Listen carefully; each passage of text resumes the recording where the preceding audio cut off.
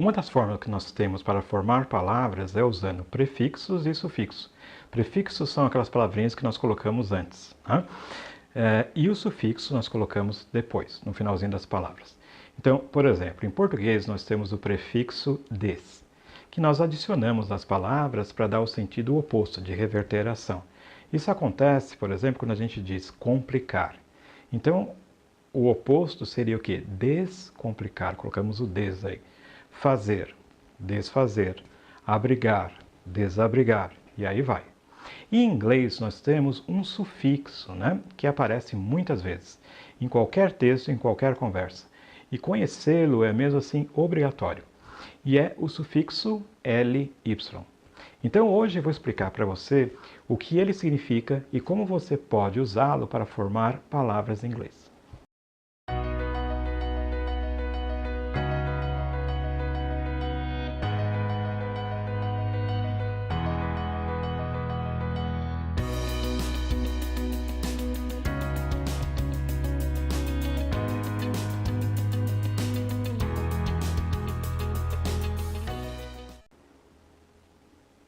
O sufixo ly em inglês equivale em português à terminação mente, né? E usamos quando queremos expressar o modo com que fazemos alguma coisa. Vamos ver alguns exemplos. Nós temos a palavra natural em inglês, que se parece com o português, natural, e é. Então, se a gente acrescentar o sufixo ly ao final desta palavra, nós vamos ter o quê? Naturally, ou seja, naturalmente. Outro exemplo. Financial, que é financeiro. Adicionando o sufixo ly, nós teríamos financially, que significa financeiramente. Da mesma forma, temos o termo real and really, que é real e realmente. Agora, vamos ver alguns outros exemplos em contexto. Nós temos a palavra absolute, que é absoluto. Então, como é que entenderíamos a seguinte oração? Michael, you are absolutely right. Seria, Michael, você está absolutamente certo. Um outro exemplo. Como é que ficaria a tradução de We'll have to solve this legally? Tá vendo aí o legally? Então, nós temos legal, que é a mesma coisa em português, legal, e legally seria, então, legalmente. E a tradução da oração toda ficaria teremos, ou vamos ter, que resolver isso legalmente, isto é, em um tribunal de justiça. Outro exemplo. No seu trabalho ocorre um problemão, né? Você trabalha em uma agência de publicidade e o seu chefe quer que você traga para a empresa a multinacional X, né, como nova cliente, como uma nova conta. Mas ele quer isso aqui de uma hora para outra, que é simplesmente impossível. Daí seu chefe insiste e você responde a ele, né? What do you exactly want from me? A rainmaker? Tá vendo esse exactly aí? Então a tradução desse exactly seria o quê? Exatamente. E a tradução ficaria assim, o que exatamente você quer de mim? Né? Daí ele diz, a rainmaker, um milagreiro. Né? Observe que rainmaker seria literalmente aí fazedor de chuva, né? Que equivaleria em português a dizer milagreiro. Quer dizer, o cara que faz chover a qualquer hora. Né?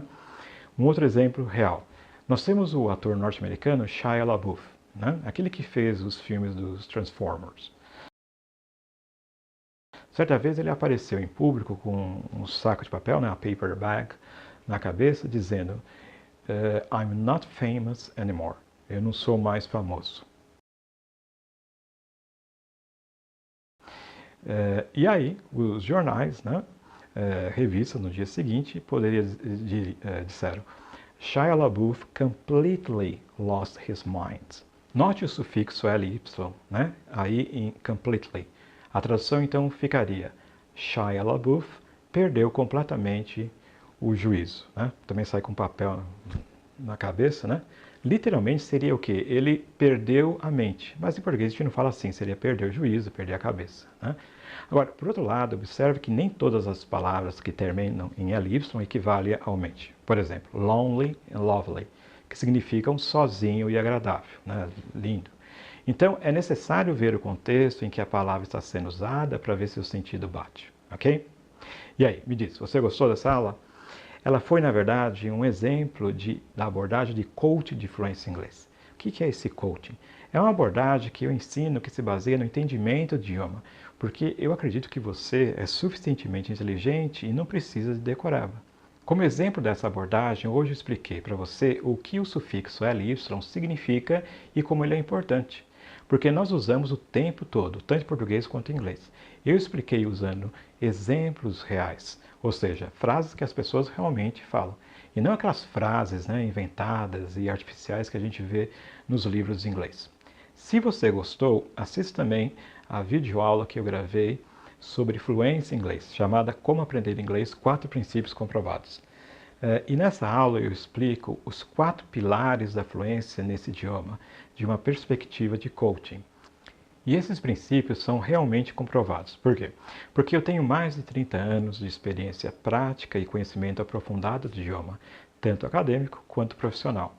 E eu sei exatamente o que funciona e não funciona no ensino do inglês. Tudo isso com base na minha experiência como professor doutor, tradutor e autor de livros em inglês e português. Se você ainda não assistiu, assista. Vale muito a pena conhecer essa metodologia.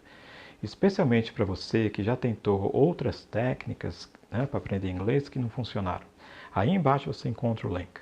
E não se esqueça também de dar o seu thumbs up, o seu positivo, e inscreva-se no meu canal para receber mais dicas e aulas de inglês com inteligência e bom senso. Um abraço e até a próxima.